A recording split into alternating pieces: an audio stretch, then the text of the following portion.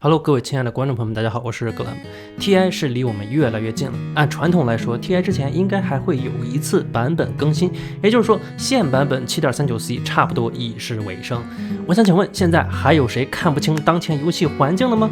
如果有，好，那你有福了。今天我将做一期版本环境大总结，盘点全部位置最强英雄，让你看清版本答案，最后再上一波大分。好了，废话不多说，点赞加关注，我们现在开始。电竞竞猜就用雷剑器。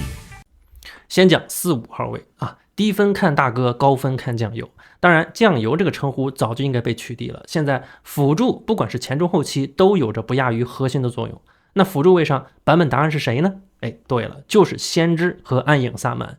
这两位几乎都是世人皆知了。前两天我刚刚发布了一个视频，详细讲解了二者的强势原因以及玩法，这里呢就不多浪费时间了。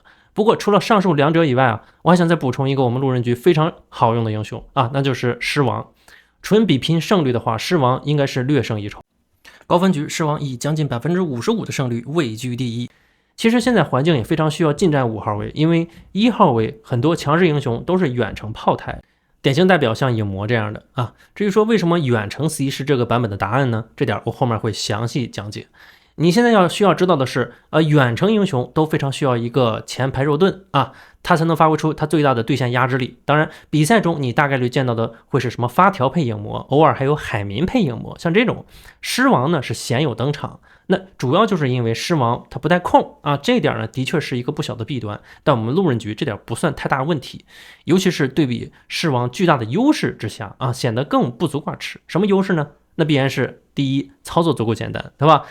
技能全部都直白明了，傻子都会用。第二呢，天生自带2条命啊，其提供了巨大的容错率。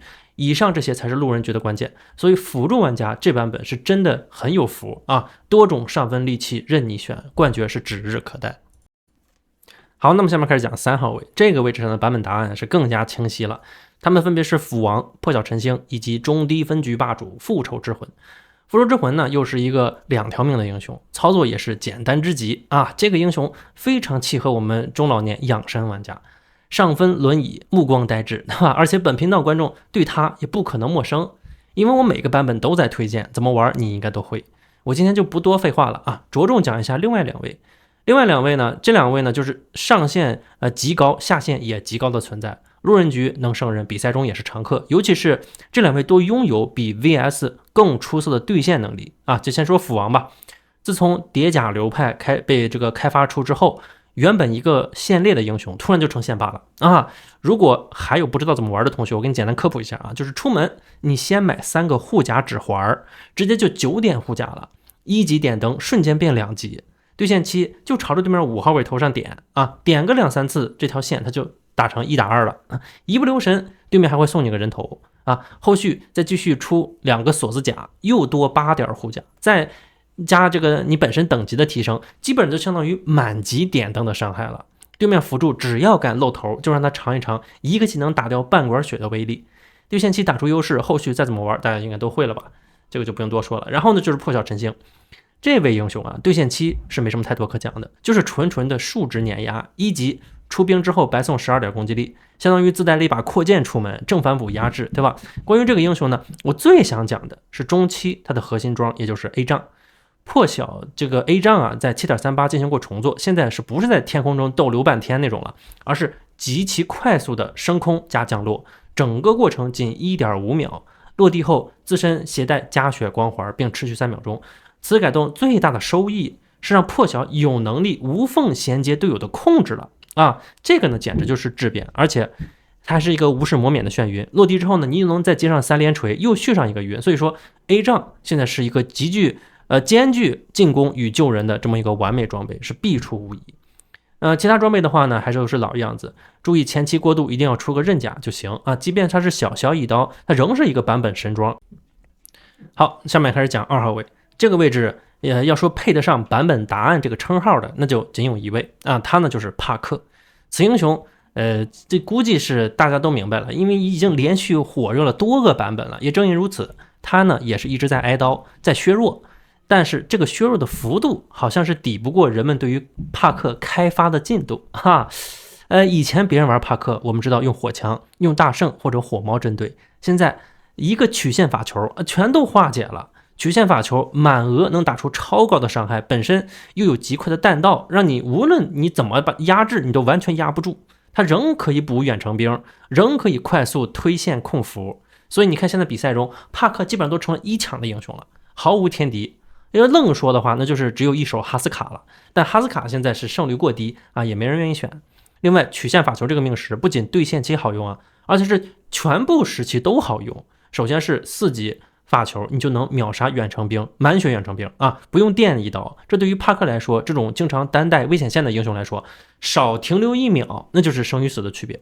而且不用等到10级点天赋，伤害就足够了。这也算是对于他前中期刷钱效率和发育速度的极大提升。中后期呢，超快的弹道速度让你切后排，包括逃生都更上一层楼，尤其是逃生。以前那个小光球飞的是巨慢无比，对吧？而且还是直线，别人很容易就能追得上，甚至能预判位置把你击杀。而现在呢，弹道很快，不用多说，你都没法判断落点啊，对吧？想追杀帕克现在变得完全没可能。关于这个转向的妙用，其实还有特别多的小技巧，比如什么囤双野啊、打双野啊、探视野啊等等。今天的视频呢就不讲那么细了，以后我再做专题影片为大家讲解。所以简而言之呢，就是这个此命石啊，让帕克连续挨刀却能逆风上扬，这就是关键所在。好了，那么最后终于到1号位了，这里我要讲东西可就多了。为什么呢？因为当前1号位环境感觉就是百花齐放，强势的能玩的非常多，且各有长处。简直就是和2号位的死水一潭啊，形成了鲜明对比。先说一个众人皆知的吧，我之前也讲过，甚至把它排在了第1名，它就是拍拍熊。现在呢，依然是全分段胜率都非常高，超过了53%。但我要给你泼盆冷水了，随着环境玩法的螺旋上升啊，拍拍它不是那么好用了。我们知道游戏环境现在不断强调线优与快节奏，对吧？而这2点呢，却又正好是近战英雄的2大短板。你手短，你就是容易被消耗，容易线裂。即便拍拍已经是近战中对线的天花板了，但那也比不上远程英雄一根毛。另外，现在近战英雄普遍都严重依赖跳刀，快节奏讲究的就是个成型速度。人家远程英雄呢，第1件大电锤，第2件大推推，第3件 BKB， 件件都是强战力装备。而你呢，第1件狂战斧啊，打钱不错，打架没用；第2件跳刀，第3件 BKB， 必须得第4件才算有一个纯战力装备。当然你可以说跳刀2000多块钱啊，不能算一个大件儿。那好，即便如此，你也是3件半才算成型。不过值得肯定的是，拍拍确实是3件半这个装备中战力最强的英雄了。这也是为何他能现在这个胜率依然非常高的原因。但与我下面要讲的2位，那是简直就形成了断档级别的差距了啊！这2位呢，分别是影魔和先知。其中先知是更胜一筹，但是能不能选得到是个问题，因为现在几乎一般的局啊，它都会自动被ban，就算没有被ban，你能选，那你必须要1抢，因为辅助玩家也会给你抢，所以你肯定会是面对一些克星的啊。但即便如此呢，现在先知高分局胜率还是稳坐第1名，达到了恐怖的58%。这个英雄真的是耐消王啊！大树人命石被删掉之后，短暂沉寂了几周啊，突然呢，人们就发现好像不断这个框树给对面扣血，自己加血，靠打这个血量差也能打成线优。